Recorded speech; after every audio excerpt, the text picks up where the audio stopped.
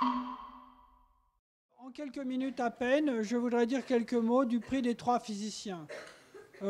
Qui étaient ces trois physiciens? C'était Henri Abraham, Eugène Bloch et Georges Bruyas. Henri Abraham était un physicien de très haut niveau qui, entre autres, a conçu le département de physique où nous travaillons, beaucoup d'entre nous, où nous avons travaillé pour beaucoup d'autres. Il l'a conçu en coopération étroite avec son successeur Eugène Bloch, mais aussi avec les architectes, y compris les suivis des travaux en 1937-38. Et donc c'est grâce à lui que nous avons ce lieu de travail qui est d'un certain côté en mauvais état, mais qui nous est cher.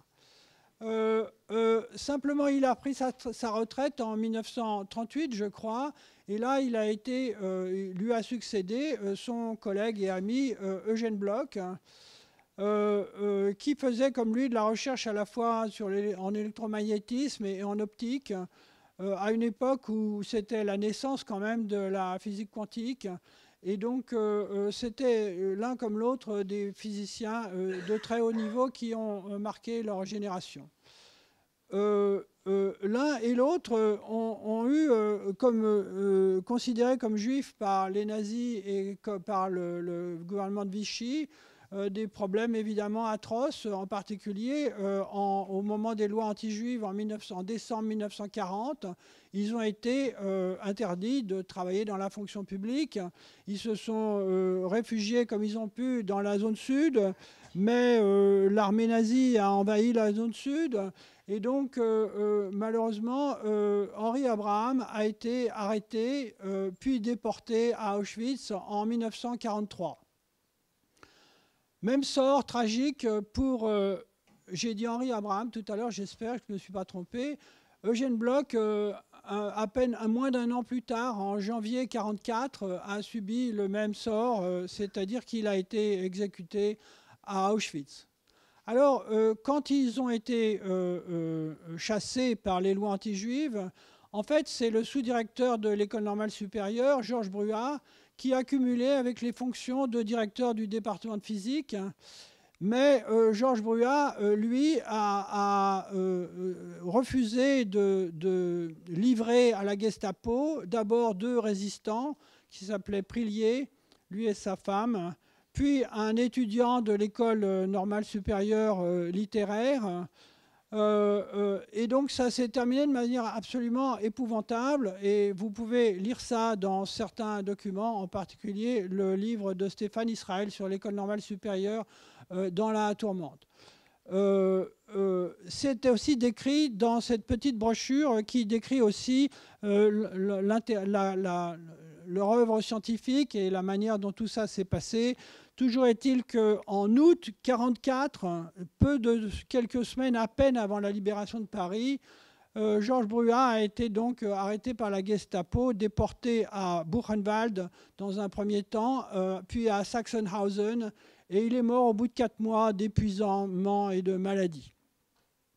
Donc ces trois grands hommes martyrs de l'époque sont nos trois grands pères fondateurs, et à leur mémoire, il y a un prix appelé prix des trois physiciens que nous décernons donc tous les ans à un grand scientifique qui a un lien de plusieurs sortes possibles avec l'école normale supérieure.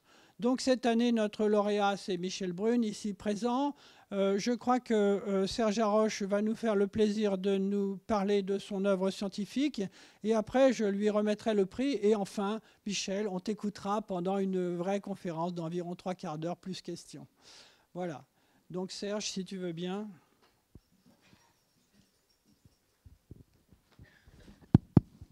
Bien, bah, écoutez, Michel, je vais dire du bien de toi, alors j'espère que tu vas me pardonner. Je dois parler avec un texte et un micro, ce qui n'est pas très facile. Bon, donc c'est un très grand plaisir pour moi de dire quelques mots avant que tu ne prononces, avant qu'on te décerne ce prix très symbolique et que tu ne prononces ton discours. On s'est connus il y a très longtemps. Je pense que ça fait un peu plus de 30 ans que tu es venu dans le groupe que je dirigeais à l'époque, dans ce qui s'appelait à l'époque le laboratoire de spectroscopie hertzienne, pour travailler sur les propriétés des atomes de Rydberg interagissant avec des micro-ondes. Et tu vas nous parler de la suite de tout ça dans ton exposé. En fait, je t'avais connu l'année d'avant, puisque tu étais un élève du DEA de physique atomique et moléculaire, que tout le monde connaissait sous le nom de DEA Brossel, dans lequel j'enseignais la physique atomique. Et donc, après être sorti brillamment de ce DEA, tu nous as rejoints au laboratoire dans le groupe qui, à l'époque, était constitué essentiellement de Jean-Michel Raymond, qui est là aujourd'hui, et de Claude Fabre et Michel Gross, qui étaient également membres de ce groupe, et également de Philippe Gouat, que j'avais connu par l'intermédiaire de Bock, et qui nous a accompagnés au cours de ses recherches pendant plusieurs années, et j'en dirai quelques mots tout à l'heure. Je vais parler, évidemment, donc tu as fait toute ta carrière au sein du département de physique de l'ENS, qui est un des éléments qui explique pourquoi tu as été considéré pour ce prix. Et je vais parler de ta physique. Tu as contribué de façon essentielle aux expériences qui ont fait la renommée de notre groupe. Mais avant ça, je voudrais dire que tu n'as pas fait que de la recherche, puisque tu as également beaucoup participé à l'enseignement. Alors que tu es au CNRS et que tu n'étais pas obligé de le faire, tu as tenu à faire de l'enseignement pour vraiment entraîner des générations d'étudiants, de normaliens, vers la physique. Tu leur as fait partager ton enthousiasme pour la physique en général et pour l'optique quantique en particulier. Et c'est par ton intermédiaire que de nombreux étudiants sont venus travailler dans notre groupe. Tu ne t'es pas contenté de le faire d'ailleurs à l'école normale, puisque tu as pris un poste de maître de conférence à l'école polytechnique, et tu as pu également attirer à la physique, à la recherche, ce qui était moins facile qu'à l'école normale, plusieurs polytechniciens, dont certains sont venus travailler chez nous. Donc ça c'est pour l'aspect général. Maintenant, je vais parler évidemment de l'aspect recherche.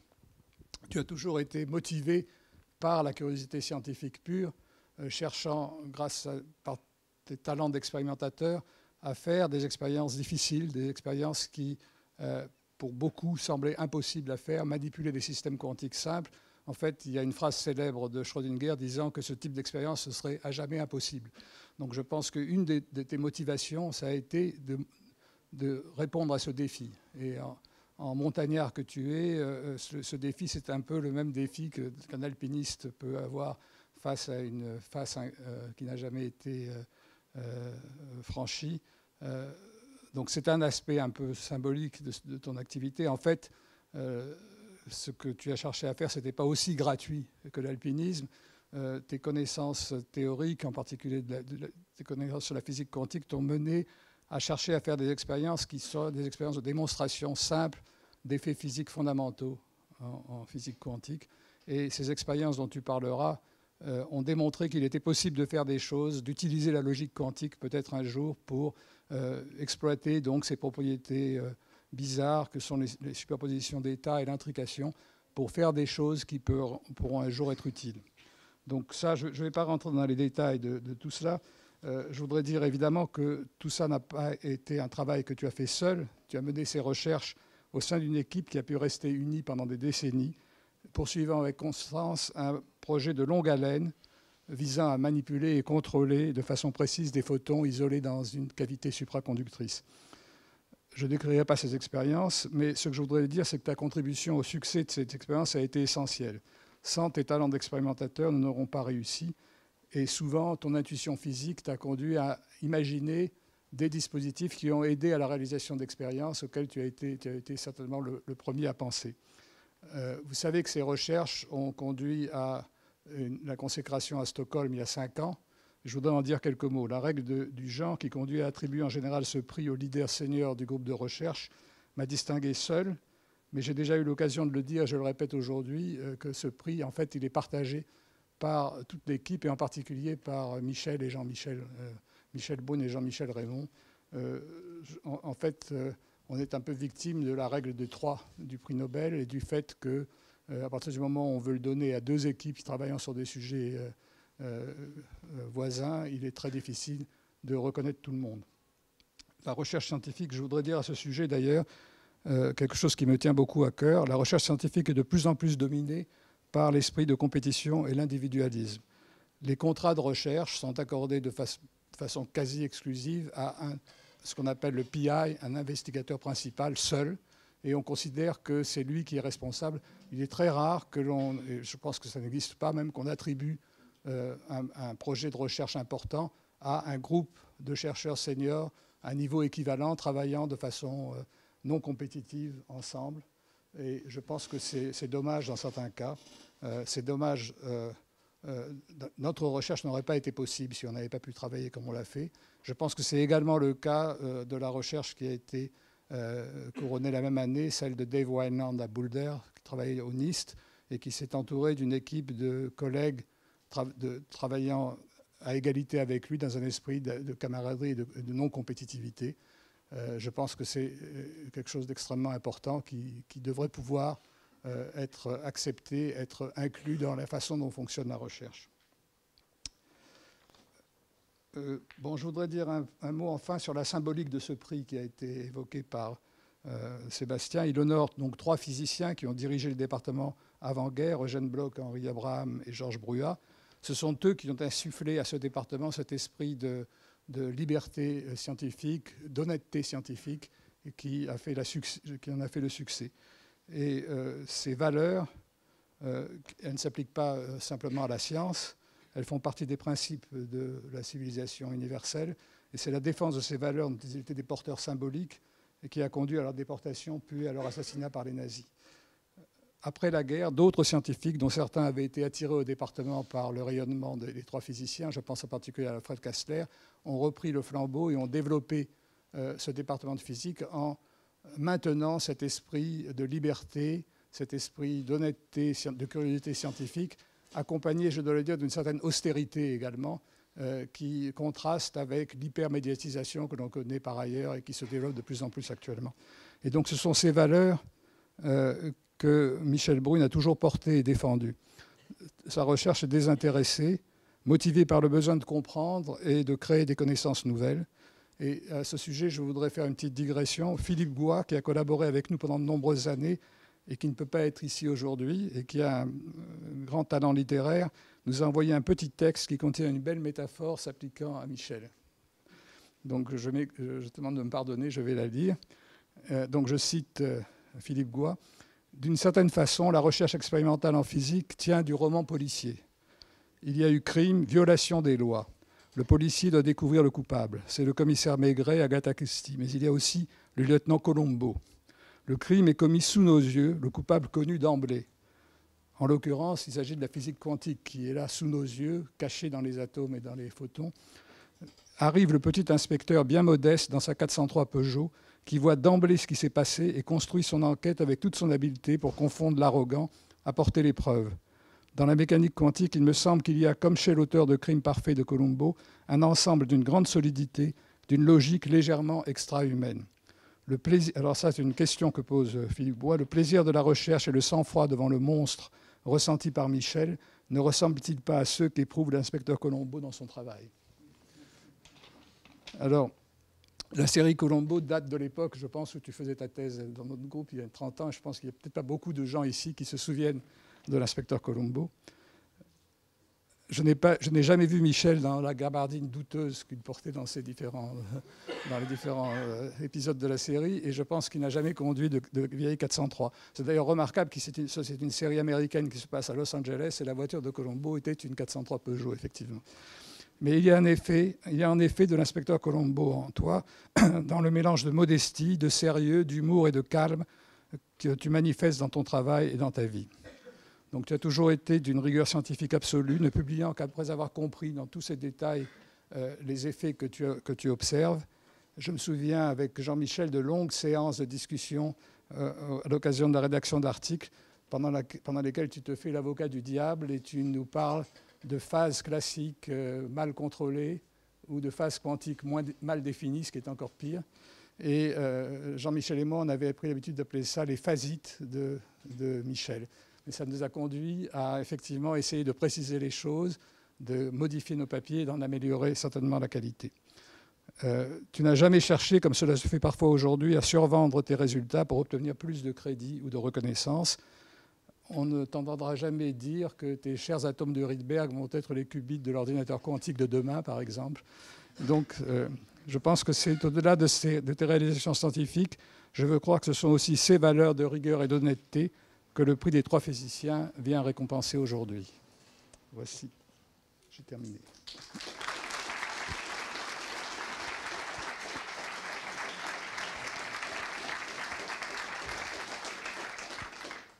Bon, et maintenant, c'est le moment de t'offrir 2 cadeaux. J'ai oublié de dire qu'il y a aussi des cadeaux pour les gens ici. Si vous voulez, les brochures sont gratuites, hein, donc servez-vous.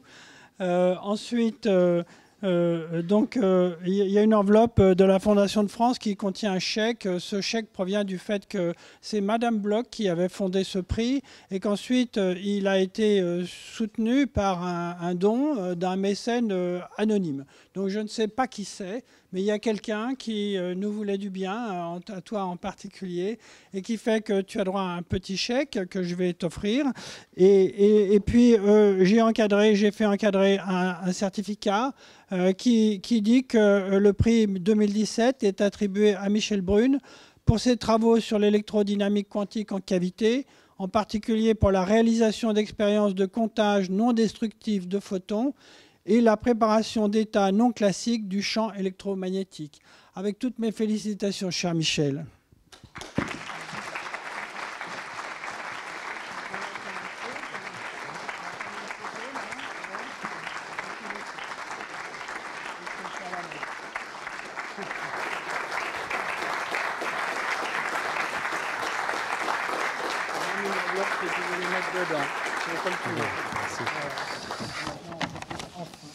Voilà. Bon, ben, merci beaucoup Sébastien, merci beaucoup Serge pour cette introduction qui me fait un peu rougir et à laquelle je ne vais pas répondre par un grand discours, mais plutôt on va essayer de parler de science et on gardera la fin de l'exposé pour quelques mots personnels sur ce travail et sur le prix des 3 physiciens, qui est un prix qui a délivré d'un esprit très particulier et qui me touche vraiment beaucoup sur l'aspect, aussi dans son aspect humain. Alors la science, eh bien, donc dans mon exposé, je vais essayer de ne pas faire un compte-rendu exhaustif des choses et des travaux que j'ai eu la chance d'effectuer au département de physique de l'ENS, mais bon, je vais me concentrer sur la partie des expériences dans laquelle, eh bien, en utilisant des objets très particuliers, des atomes de Rydberg, des atomes géants, et puis des photons micro-ondes piégés dans une cavité supraconductrice, on a réussi à réaliser un certain nombre des expériences de pensée imaginées par les fondateurs de la physique quantique, et expériences de pensée dont certains pensaient, comme Schrödinger, qu'elles étaient irréalisables et qu'en fait elles correspondaient à des aspects complètement fantaisistes de la physique quantique et qui en fait sont des réalités. Je me rends compte qu'on m'a demandé de parler en anglais, donc si vous le voulez bien, I will switch now to English because probably a broad part of the assistants prefers this language. So the experiments with trapped photons and atoms are related to the basic the basic postulates of quantum theory and to some very weird aspect of this theory. Let's say maybe one of the most intriguing property of the property is the measurement postulate. So all of you know very well this postulate, and there are 3 very important points. First, the randomness of result of a measurement. Second, the mathematical aspect of the postulate is that measurements and physical quantities are represented by Hermitian operators, and then the famous projection postulates. So this is the basic of quantum theory that you learn nearly in the first courses of quantum theory. And starting at that point, and I think it was my case, you start to ask some questions about this really strong thing. And when you progress in your understanding of quantum theory, sometimes it gets eventually even worse as you understand better the thing. And I hope that we can have now, looking at the kind of experiment we perform, maybe a clearer view about this kind of mysteries. So just to comment here, the first thing is that these strange postulates, which are very mathematical and very abstract, are very efficient.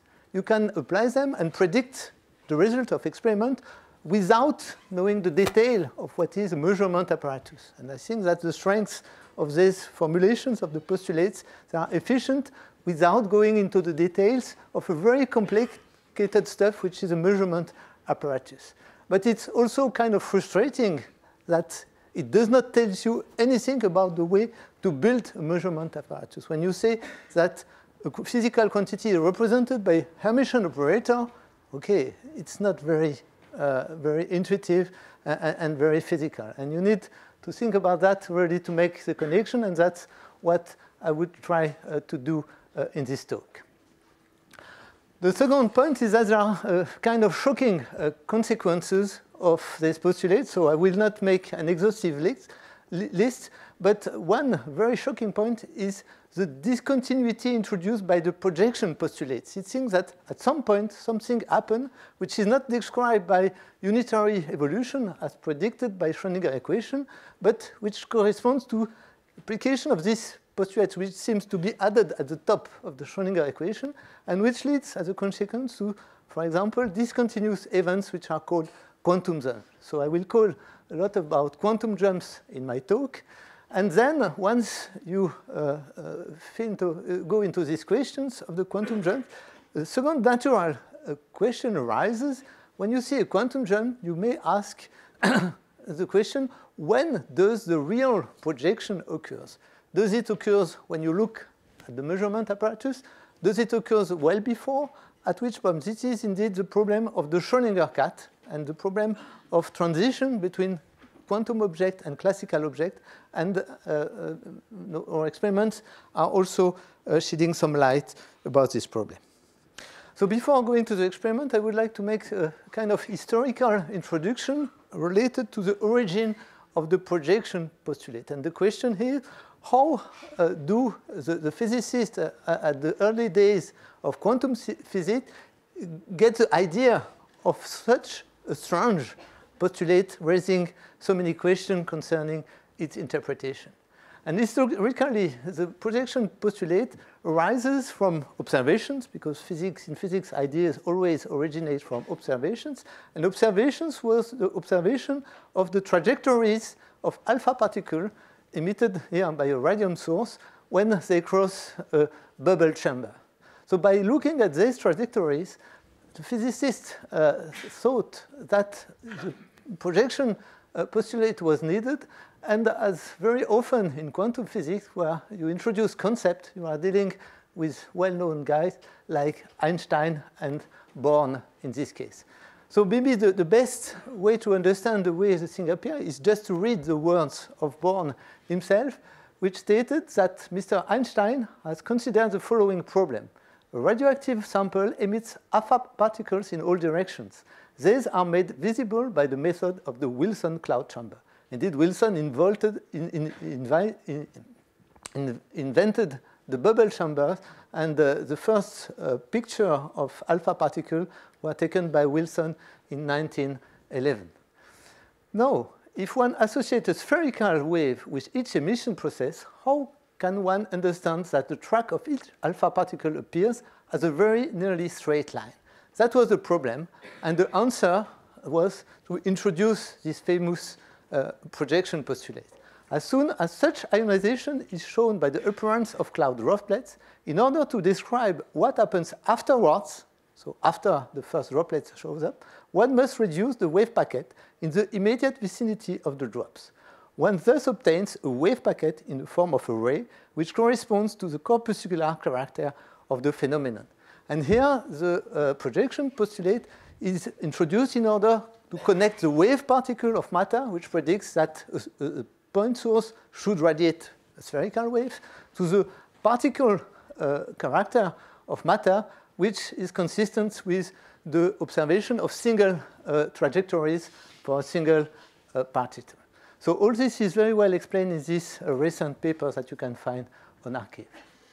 So in this story, if you go one step further, you encounter the famous physicist Mott, who in 1929 pushed further the analysis proposed by Born and showed that a particle submitted to repeated observation by the environment follows the classical the trajectories predicted by the classical mechanics. And I think it's a very important concept which already showed up in 1929, which is the concept of the role of the environment in the construction of classical trajectory. And this statement and this work can be seen as the first recognition of the role of the environment-induced decoherence in the emergence of classical trajectories. So that's for the origin of this postulate. And let's go one step further to introduce quantum jump. If you apply the projection postulates to observable with discrete eigenvalues and eigenvector, and if the system wants to evolve, the observation of a system which evolves leads, in principle, to discrete results and thus to jumps between the possible discrete result of the measurement. So evolution should be done somehow discontinuous and result in quantum jumps. And then comes in another famous physicist, Schrödinger, who considered this problem for a long time and wrote a very well-known paper in 1952 whose title was "Are there quantum jumps?" So it was kind of the central question of this paper. And then he states that in the first place, it is fair to state that we are not experimenting with single particles any more than we can raise Ixtozoria in the zoo. We are scrutinizing records of events long after they have happened. And indeed, that was the way he used to eliminate the strange thing predicted by quantum theory, but that he didn't like. So for him, quantum jumps are something which show up out of the theory, but that one have no chance to observe in a real experiment, because at that time, he considered that some Gedanken experiment in which you imagine you observe a single particle repeatedly and get a succession of measurement results was just as impossible as growing an Ictozoria.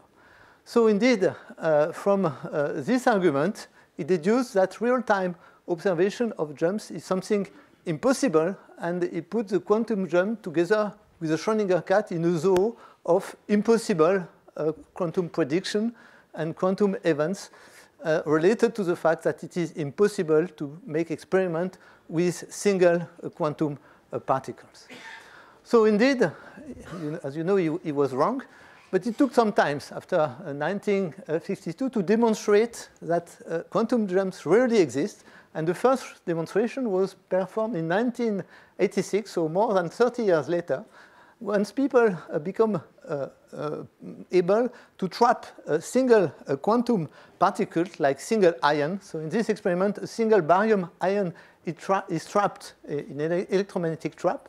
And then by looking at the fluorescence of the ion, depending whether the ion is in the ground state or in the metastable state, it is bright or dark. And you see clearly sharp transition between dark and bright states, which are the first signature of the observation of quantum jumps.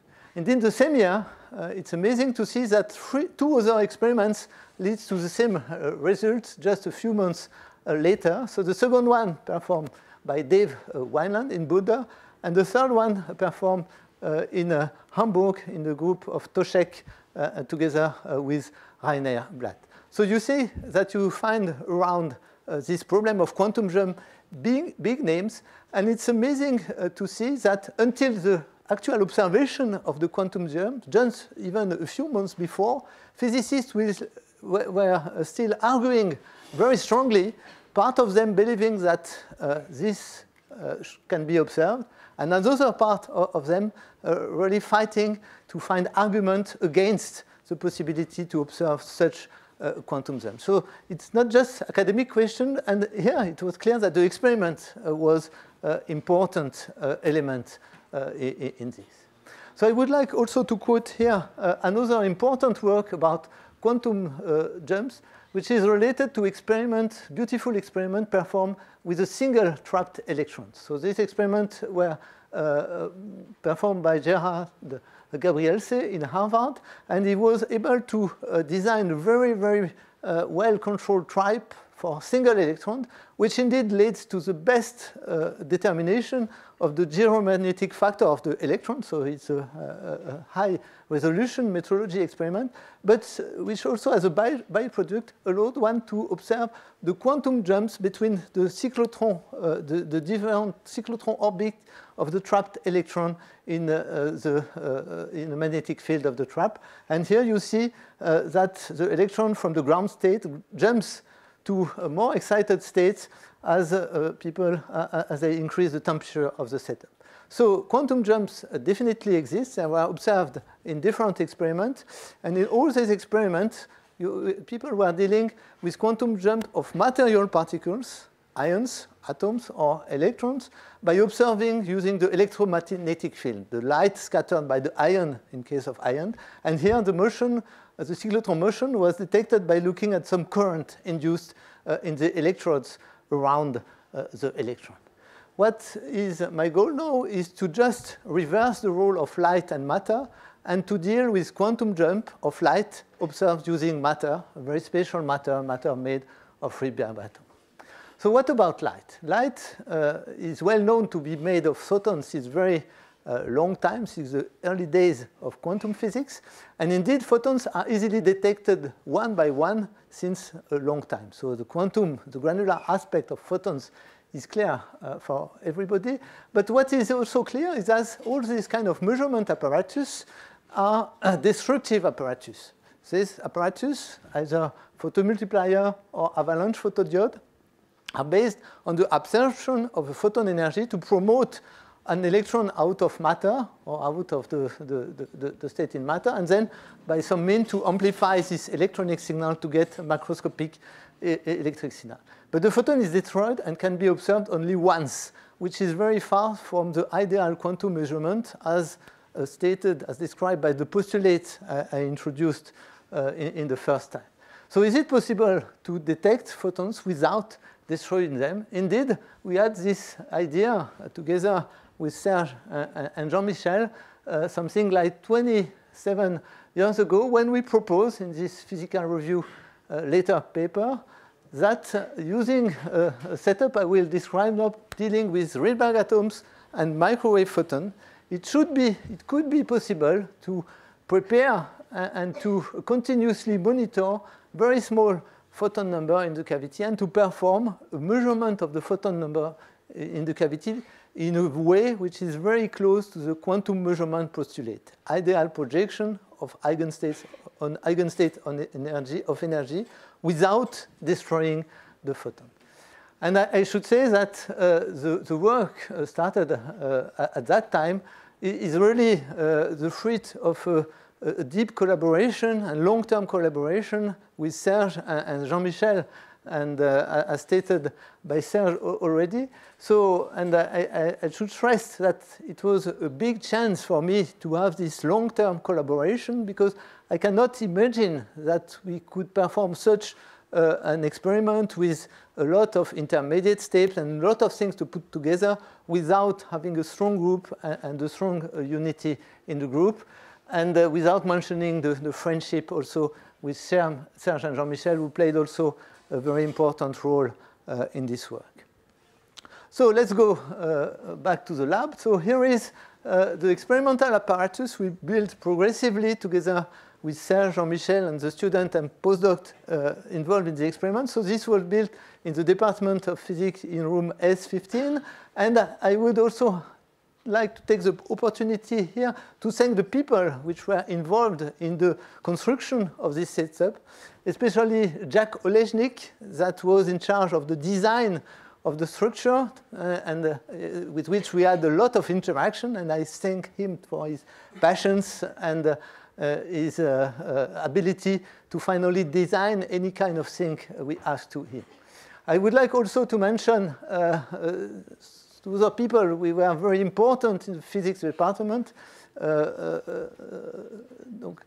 Courtiade and Olivier, who have a very important role in the cryogenic fluids provided for the experiment, and also the mechanical workshop. We constructed completely the cryostar and all the setup we used in that experiment. So what is the setup? The principle of quantum non-debolition photon counting basically consists in building an atomic clock. And by looking at the rate of the clock depending on the photon number in the cavity which is around the clock. And in practice, the photon box for confining photons is made of superconducting mirrors. And the sensor of the field stored in the box are these very specific excited atoms, the so-called circular Rydberg atoms, in which one electron is promoted on an orbit very far from the core of the atom with principal quantum number 50 and 51 in this experiment. In addition, we are dealing with the Rydberg level with the maximum angular momentum, so with m equal L equal n minus 1. And the reason for that is that their lifetime is several orders of magnitude larger than the lifetime of low angular momentum Rydberg atoms. So more specifically, the lifetime is of the order of several tenths of milliseconds for circular Rydberg atom, which is basically nearly infinity at the scale of the experiment. They also have a very large dipole, which makes them very sensitive to microwave fields stored in the cavity.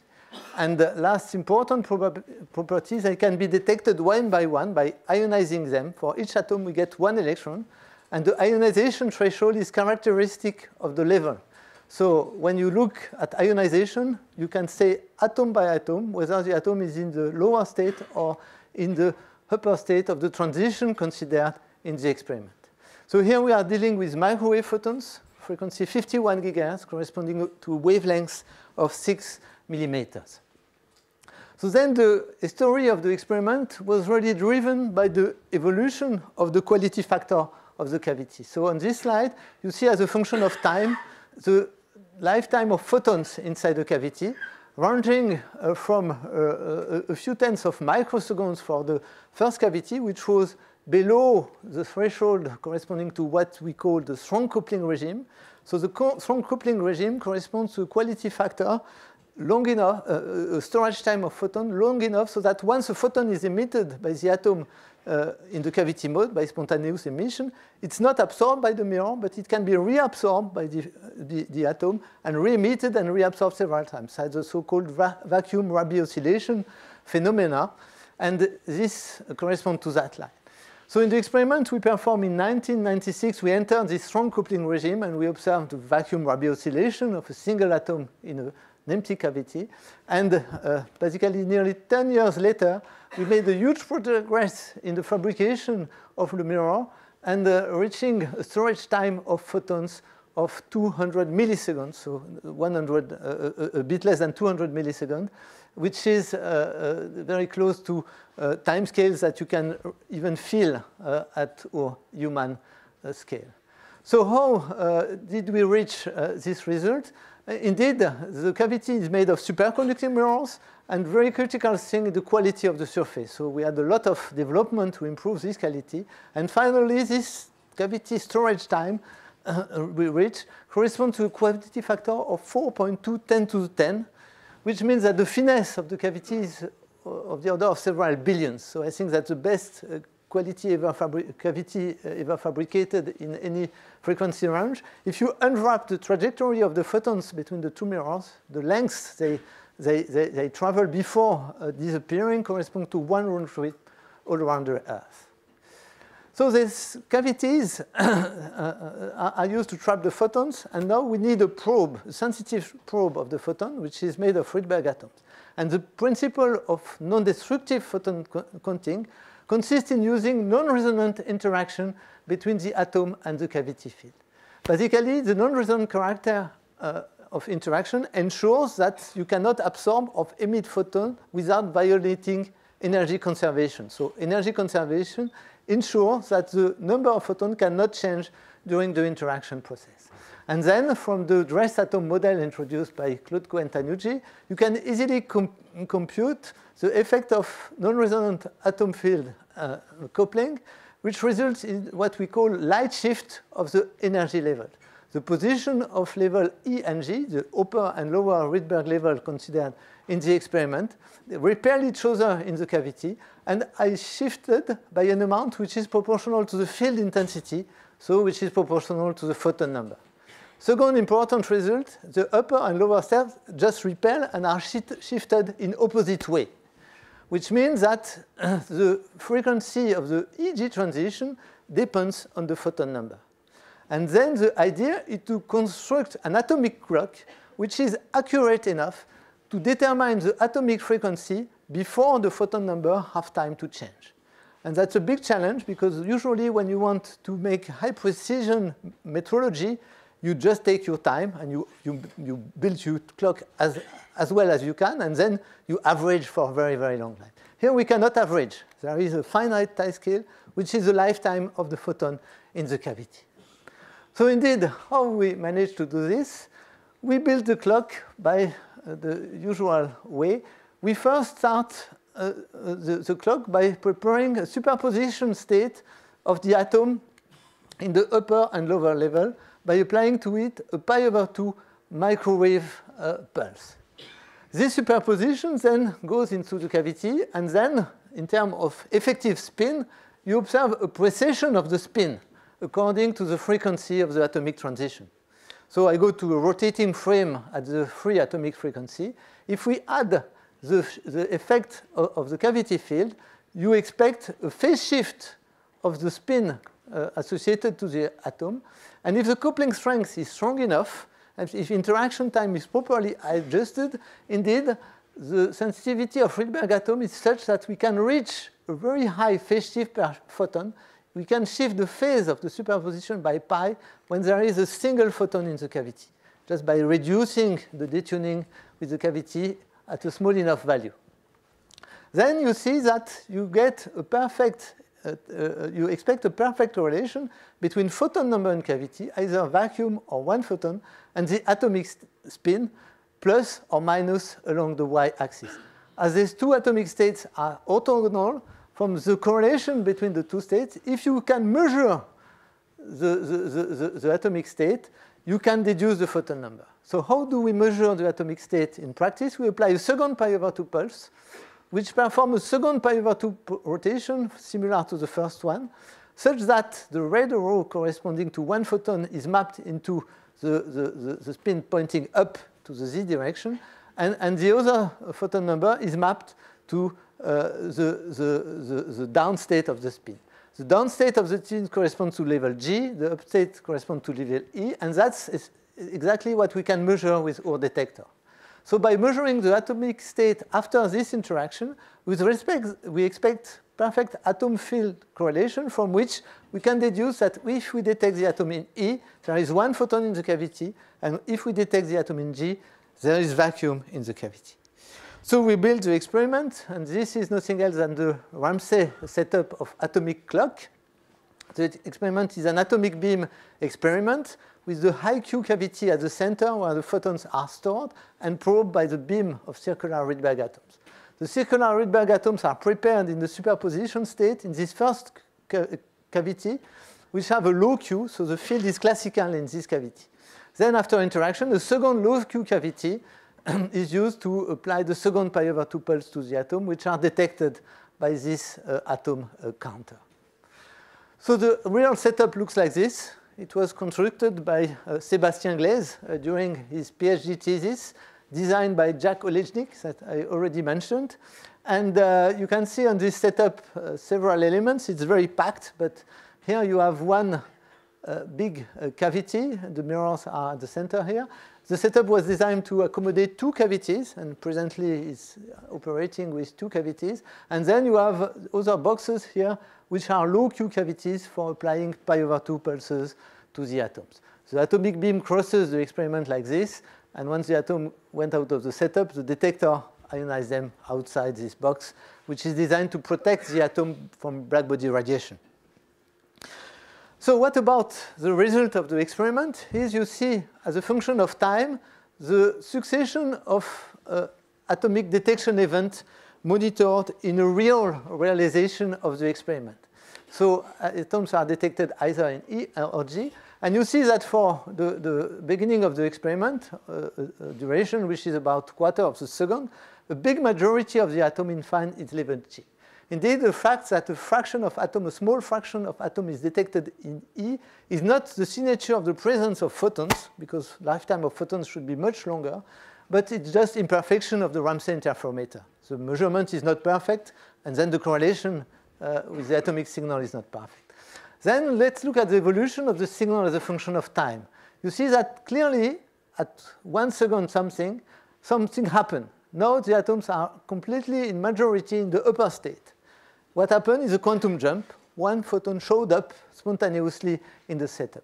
So why did it show up? Indeed, the temperature of the experiment is not absolute zero. It's 0.8 Kelvin. And at this temperature, the black body radiation at equilibrium in the cavity contains 0.05 photons, which means that 5% of the time there is one photon.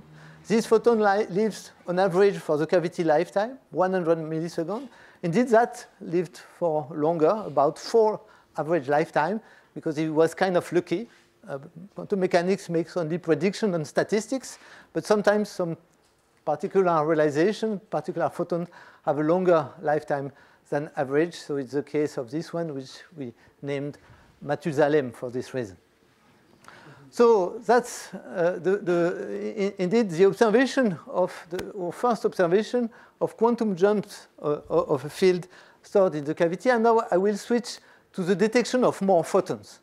Of course, cavity fields is not confined to 0 or 1 photon, and it's very important and interesting in the experiment to take advantage of the size of the Hilbert space of the cavity field, which is basically infinite, and to extend the measurement to larger field, to mesoscopic field, to go in the direction of Schrödinger cat experiment. So here we proceed as before, but now we assume that the photon number is larger, and we use a reduced phase shift per photon, reduced to pi/4.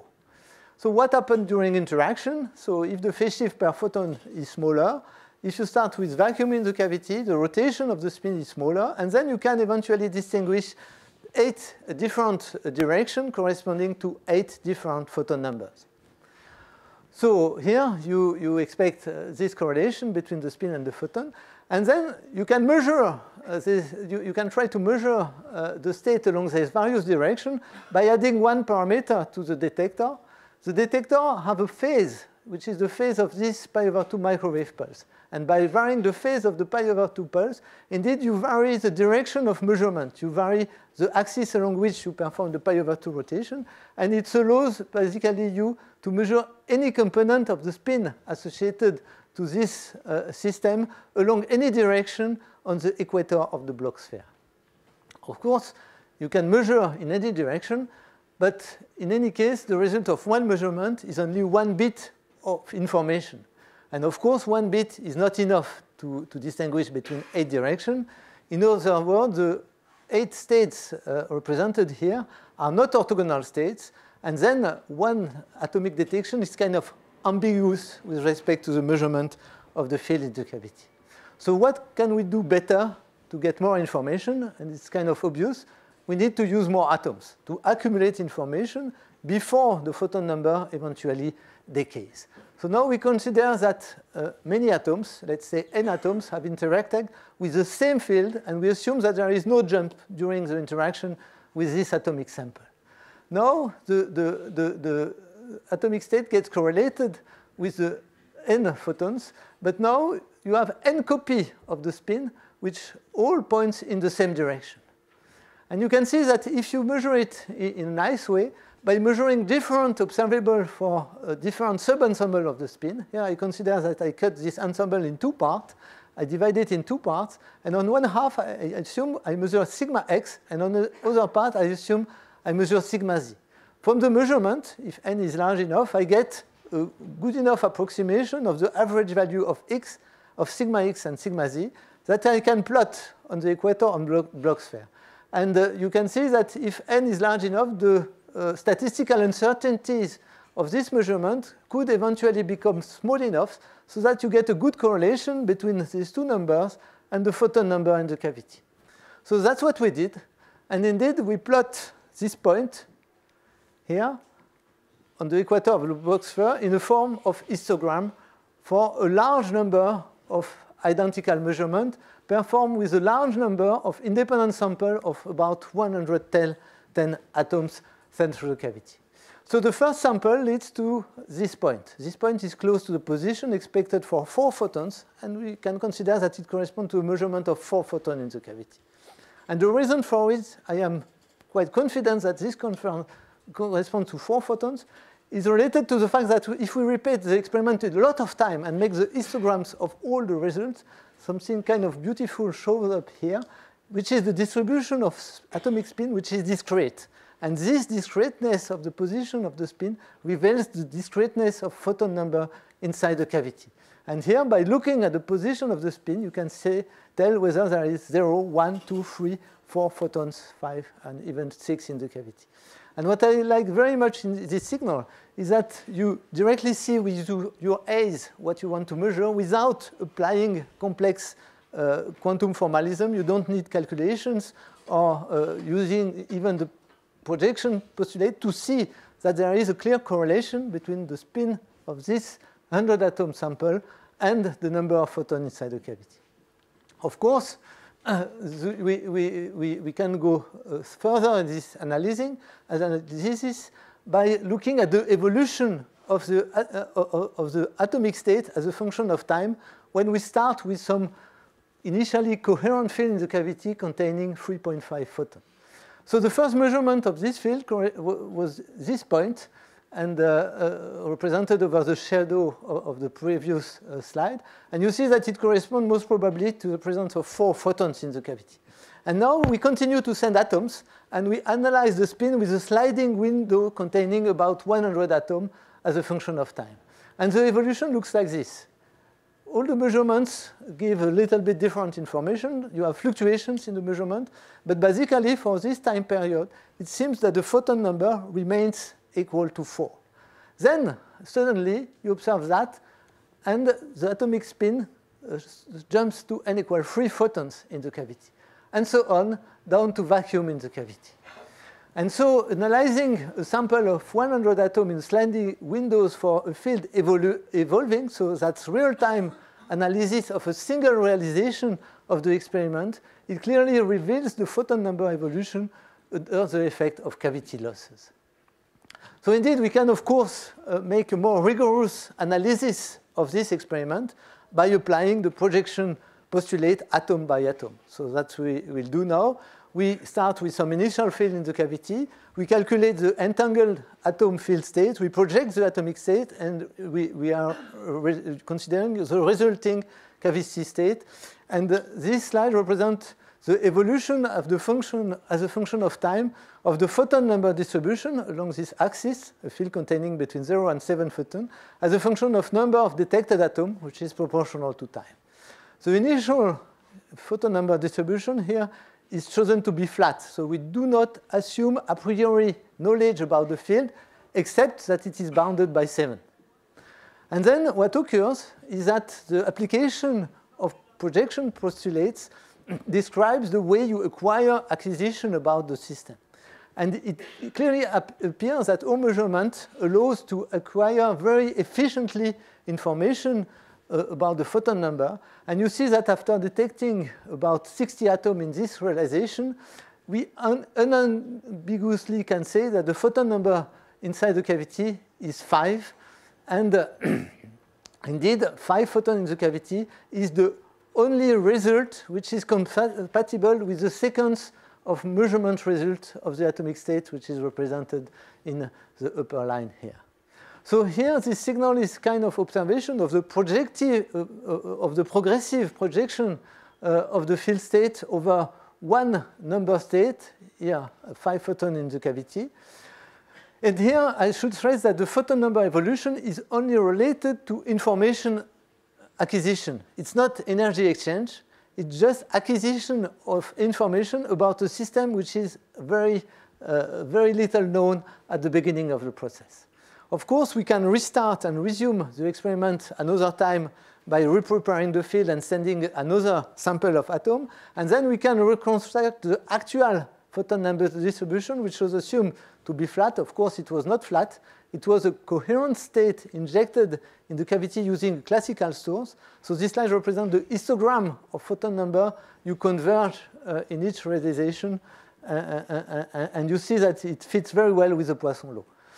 The only disagreement you see is a little bit of excess of 0 photon in the signal, which is indeed related to the fact that the measurement is performed modulo 8, and there is still a little bit of 8 here that you can find in 0.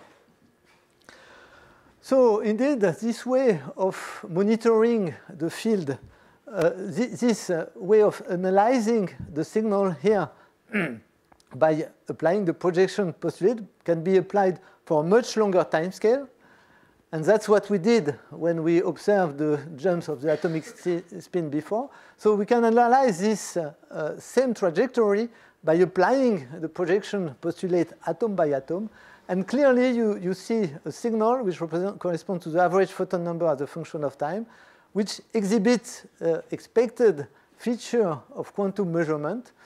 The first part of the evolution corresponds to the state collapse of the field with an initial not well-determined photon number, and the result here is random.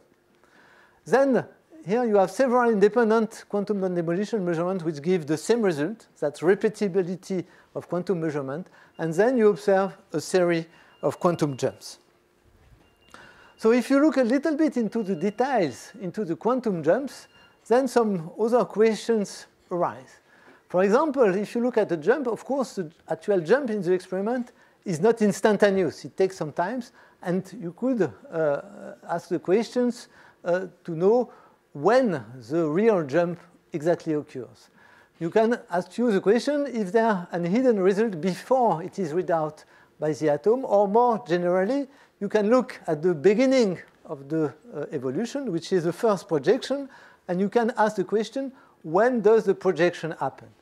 Indeed, all these questions are very interesting and are related to the Schrödinger cat problem, which is the problem of the transition between quantum behavior, a world where quantum superposition holds, and the world of measurement apparatus, where you find only one result in the classical world. And here you see that you find exactly one result.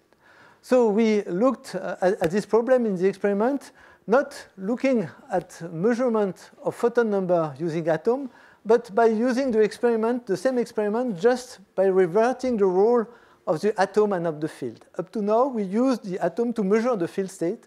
Now we will consider the field as a measurement apparatus of the atom. And that's an interesting measurement apparatus with respect to the Schrödinger cat problem, because it's a measurement apparatus whose size can be varied. The atoms have only 2 levels.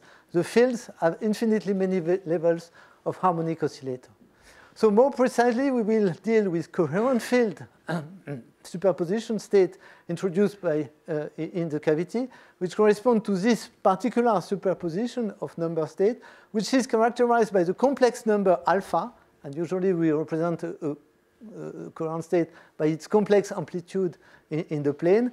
And in addition, there are some quantum fluctuations which are represented by this shaded area here.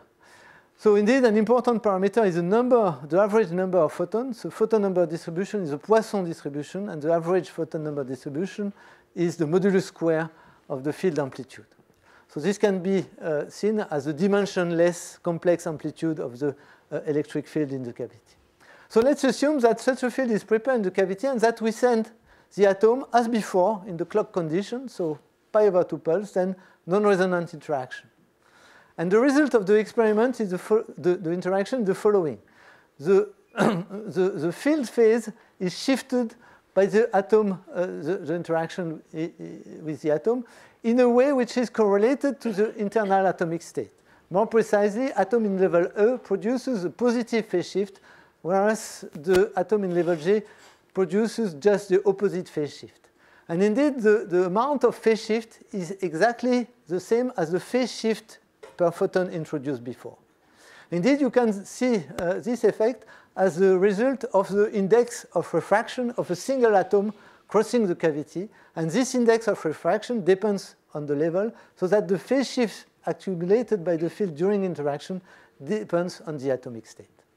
So then, this is a very interesting state, because this is already a Schrödinger cat state. if you consider that the quantum object to be measured is the atom, either in state E and G, and if you consider the phase of the field, which encodes information about the atom, as the position of the needle of a meter measuring the atomic energy. So this is a Schrödinger-Katz state in the sense that it is a quantum superposition of an entangled atom-meter state with the meter pointing at the same time in the two directions.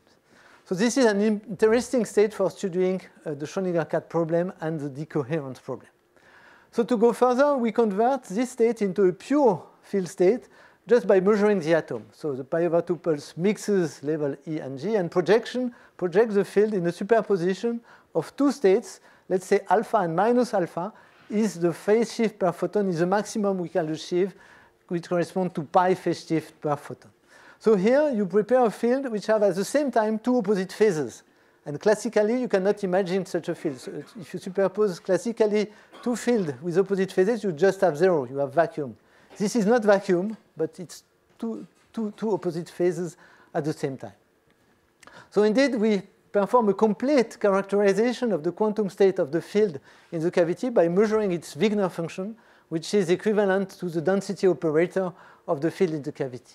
And this representation, Wigner representation, has a very nice feature to distinguish between classical and quantum aspect of that state. The classical aspects correspond to these two red areas corresponding to this nearly Gaussian piece located around the average classical complex amplitude of the field. So this is the origin, and this is minus alpha and plus alpha. Then the feature in between is characteristic of the coherence of the superposition. So if you go around there, you have oscillations around zero. The Wigner function takes negative value, which is characteristic of the fact that you have a coherent superposition and not a statistical mixture of the two field states instead involved in the superposition. So we looked at the evolution of the coherence of the superposition as a function of time. And indeed, what is important is that we demonstrated that the evolution is characterized by two different time scales. The first time scale is a classical time scale, I would say. It's the energy damping style of the cavity. It's the cavity decay time, which is a classical characteristic of the cavity. And then another time scale, which is the rate at which the quantum features are damped as a function of time. And this decoherence time is typically the energy damping time divided by the number of photons in the cavity, which is closely related to the size of the Katz state characterized by this distance in the complex plane. And the conclusion of the existence of these two time scales is that for large photon numbers, coherences are damped much faster than classical amplitudes. So the consequence of this is that there are quantum states which are just sensitive to energy damping, that's the coherent state, and that's what makes them classical. And there are other states, the so-called Schrödinger-Katz states, which are very sensitive to decoherence and which becomes very fast statistical mixture if you go to the classical world where the number of photons reaches very large values. Indeed, this analysis was proposed by Wojciech Żurek, so that's the message of his decoherence approach, which basically allows to define precisely what are the pointer states of the measurement. And the lecture of this point of view is that the pointer states are defined by the way the system is damped. Once you know the damping, in principle, you can identify what are the classical states, and they will be somehow defined as the most robust states of the system with respect to decoherence. So I go now close to the conclusion of this part about measurement performed with Rydberg atom in cavities, and just a few words about the present development of the experiment. So presently we still have two cavity QED setups in which we try to perform either a non-local experiment by having two high-Q cavities and trying to prepare, for example, a Schrödinger-Katz state located at the same time in two different places. So this experiment is driven by Igor Dodsenko. And we have a second experiment driven by Sebastian Glaise, where we do cavity QD experiment now with slow atoms. So now the beam is a slow atomic beam instead of a thermal beam. The atoms are going up in an atomic fountain geometry. And now the interaction time between atom and cavity is several orders of magnitude larger than before, which should allow to prepare a non-classical state in different ways by reservoir engineering or using a quantum xenodynamic effect. But for concluding, I would like to point out two new experiments which are not anymore dealing with cavities, because I think it's good to go to other fields from time to time. And so we are going in two directions. Sebastian Gels has built an experiment which is very efficient for performing quantum sensing of electric and magnetic field below what we call the standard quantum limit. And Clément Serin is now starting a new project for building a quantum simulator of a XXZ spin chain that I will describe very briefly in 3 slides. So the idea is to use the large dipole of Rydberg atoms not to make them a sensitive sensor of microwave field, but to make them interact and to control very well interaction between two circular Rydberg atoms. So the dipole-dipole interaction is represented there. And for building a quantum simulator out of this, we'll consider 2 levels of the atom corresponding to principal quantum number n and n plus 2. And if you write out the Hamiltonian of a chain of such atoms interacting by pair, so a next neighbor interaction Hamiltonian, it contains all the ingredients of the so-called XXZ Hamiltonian of solid-state physics. So you have here two terms which are equivalent to magnetic field and which corresponds to the detuning and Rabi frequency of a field dressing this atomic transition. So this can be controlled. And then you have this term which can be written in terms of sigma z operator of this expecting spin with the strength gz, which is related to step-dependent van der Waals interaction. And it corresponds to Ising term in terms of spin Hamiltonian. And finally, an energy exchange term between 2 atoms. If 2 atoms have different energy, they can just exchange their state, and this corresponds to this term in the Hamiltonian. Now, the important feature of Rydberg atom is that it's very, you can control very well the ratio between the Gz and G interaction strengths. More precisely, this factor can be varied between -3 and +3 by varying electric and magnetic fields. And why are their values interesting? They are interesting because they allow one to explore the full phase diagram of this XXZ Hamiltonian. So here is a calculation. This phase diagram is well known of the phase of the spin system as a function of the Rabi frequency in unit of coupling and the ratio Gz over G. So you have various phases. Here all the spins are polarized along X. Here it's a ferromagnetic phase with all spin along Z direction, and then nihil phases. So this is well known for concerning the equilibrium properties of the system, but indeed non-equilibrium properties of the system are usually very complex problem due to the huge size of the Hilbert space of such spin system as far as you manipulate a few tenths of spin. And then exact calculations are not anymore possible. Numerical methods are not very efficient, and there are many open problems that could be studied by realizing the spin simulator. Let's mention the problem of quenches and defect generation during quenches. The problem of quantum transport, many-body localization could be studied with this. And if we go further to generalize the system to 2 spin chains for fabricating a ladder, we could eventually study the Haldane problem and study the Haldane phase of effective spin 1. So that's a few of the problems which may be investigated, but of course a lot of time will be needed before we can enter that. The idea is that here is the kind of roadmap that we have for this, and the project consists in trapping, in manipulating trapped circular Rydberg atoms in a structure controlling completely the spontaneous emission of the atom.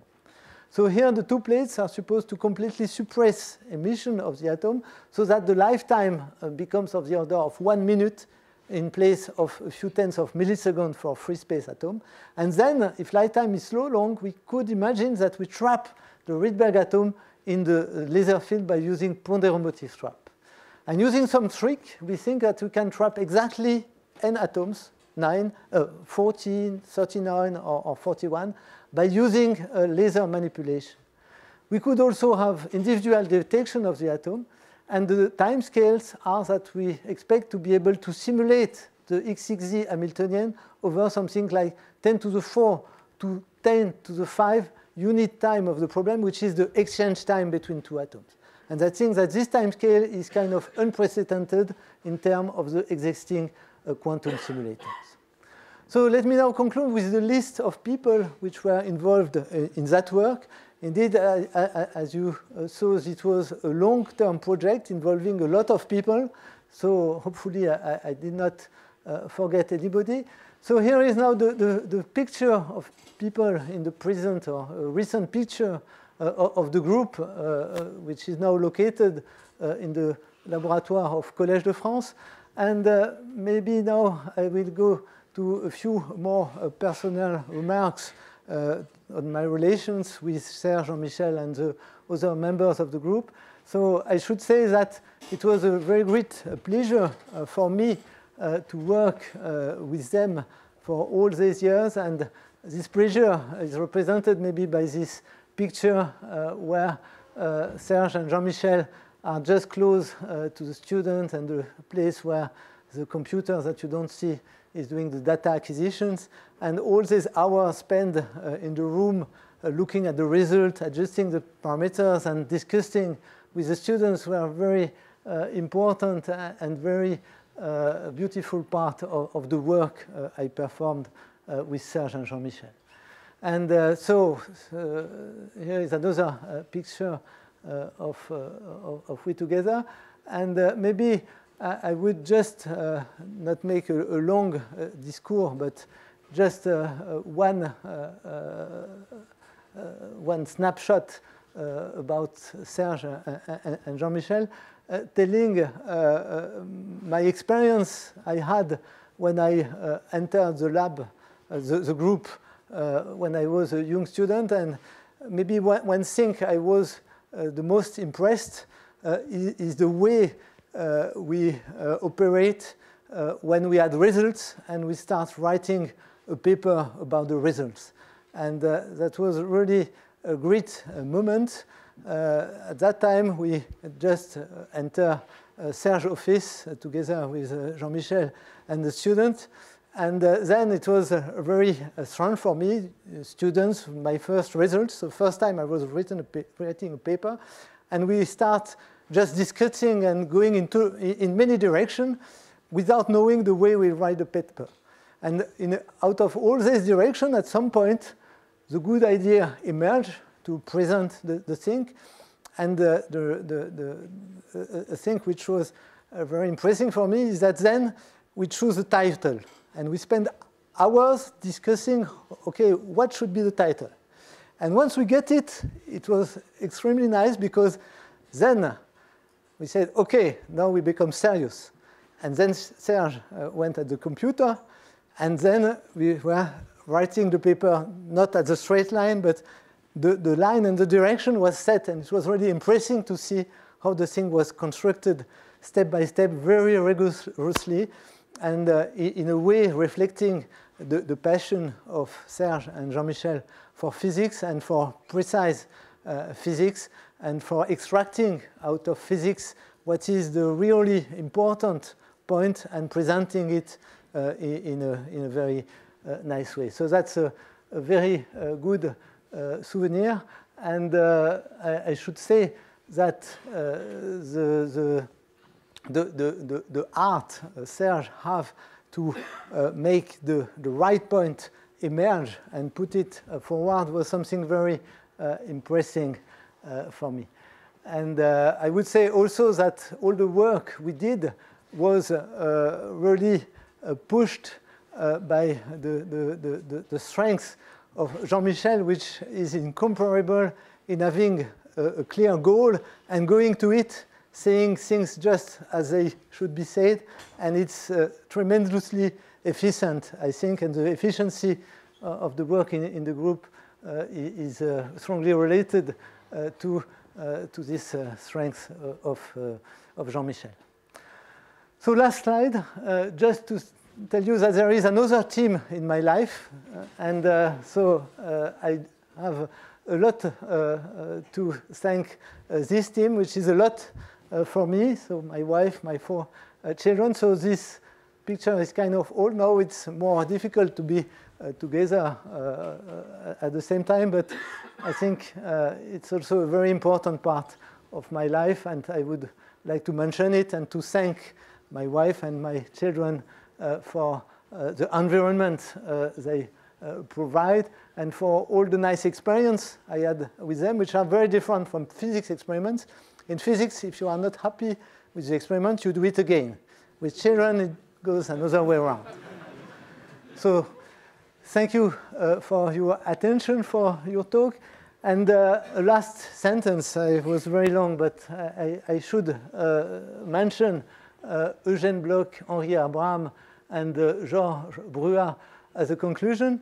I think, peut-être que je vais dire ces derniers mots en français parce que ce sera plus facile pour moi d'exprimer les nuances. Je pense qu'il ne faut pas oublier que ces gens ont eu une vie beaucoup plus difficile que la nôtre et que depuis la dernière guerre, nous avons eu la chance de vivre une période, au moins dans nos pays, une période de calme exceptionnelle. Et je pense qu'il ne faut pas oublier l'histoire et le message porté par ces physiciens par ce prix, je pense, est aussi ce message. N'oublions pas l'histoire. Nous avons vécu depuis la dernière guerre dans un monde relativement apaisé. Je pense que cet apaisement et ce calme doit beaucoup à la construction de l'Europe. Et j'espère que cette construction qui nous a protégés continuera à le faire longtemps et que les forces qui semblent vouloir aller dans d'autres directions ne seront pas les forces qui gagnent dans les années qui viennent. Voilà, je vous remercie de votre attention.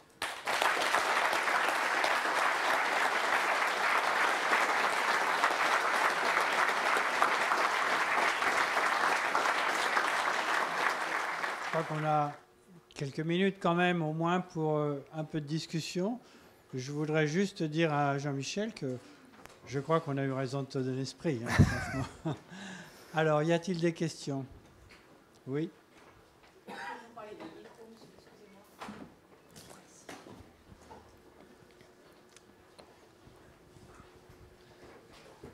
Hello. So thank you for the very interesting talk.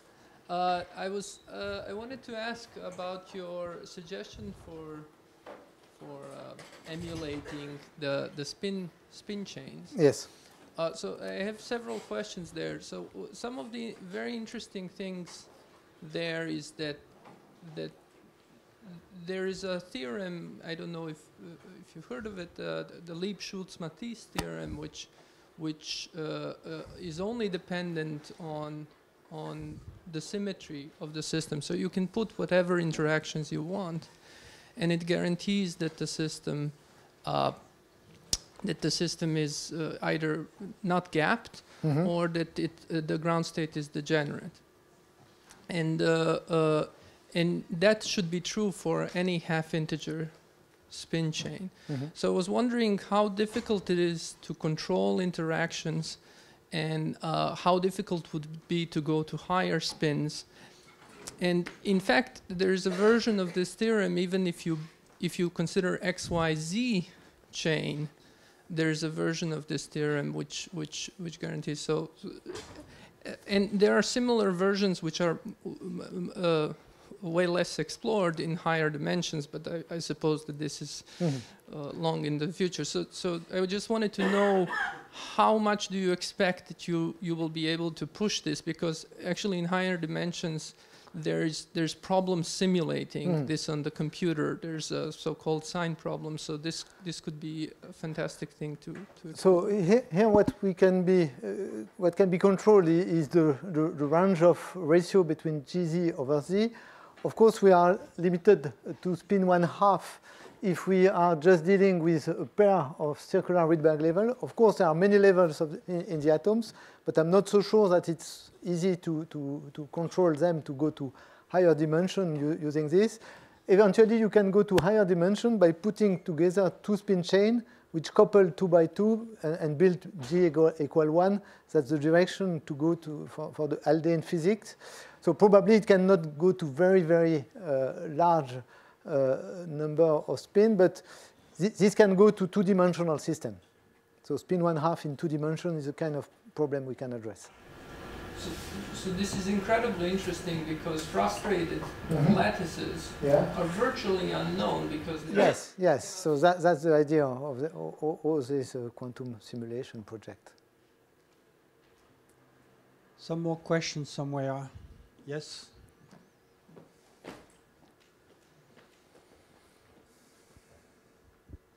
Bonjour et merci pour la conférence. J'avais juste une question sur quand vous avez parlé des états Schrödinger's cat. Vous avez dit que quand on fait l'expérience de décohérence, les états pointeurs, c'était les états cohérents. Est-ce que vous pouvez juste expliquer pourquoi c'est le cas? Alors, il faudrait peut-être un peu plus de temps pour rentrer dans les détails, mais je serais ravi éventuellement de vous faire visiter le laboratoire. L'idée de la décohérence, c'est l'idée de l'intrication avec l'environnement. Et juste, sans entrer dans les détails, on peut dire que l'idée, elle est ici. C'est que quand un champ s'amortit, eh bien, il y a de l'énergie qui part quelque part. Et on peut se représenter que cette énergie fuit vers une très grande cavité et que le champ qui commence à croître dans cette autre cavité emporte une information sur la face du champ original. Et dès qu'on a des traces distinguables dans l'environnement de l'état du système, eh bien, la décohérence est faite. Donc la décohérence, c'est de l'intrication et de la perte d'information dans l'environnement. D'accord.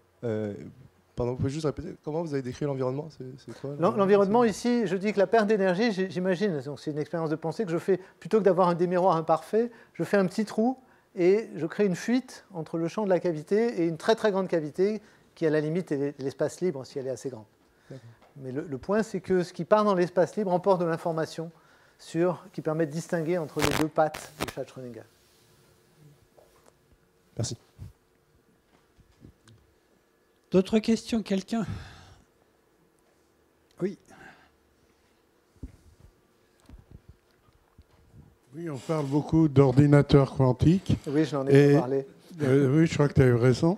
Mais l'effet de décohérence limite à combien de bits Alors bon, si on regarde nos expériences, c'est très peu. Et avant l'effet de décohérence, il y a le fait qu'on ne peut pas mettre 50 cavités et 50 jets atomiques pour faire... Mais le record actuel est détenu par les ions, je pense, sur la fabrication d'un état intriqué contrôlé à 14 ions. Et ils pensent faire quelques dizaines d'ions de façon réaliste à court terme. Donc je dirais que les performances des meilleurs systèmes, c'est quelques dizaines de particules quantiques avec des taux d'erreur déjà extrêmement impressionnants. Sur la manipulation d'un atome individuel, c'est du 99,9%, mais ça ne suffit pas pour franchir les seuils de l'ordinateur quantique, qui sont les seuils miraculeux de la correction d'erreurs quantiques, par exemple, qui demandent à être regardés avec beaucoup d'attention. Bon, il me reste à remercier Michel Brune pour un magnifique exposé et toutes mes félicitations encore pour cet immense travail sur plusieurs décennies. Merci.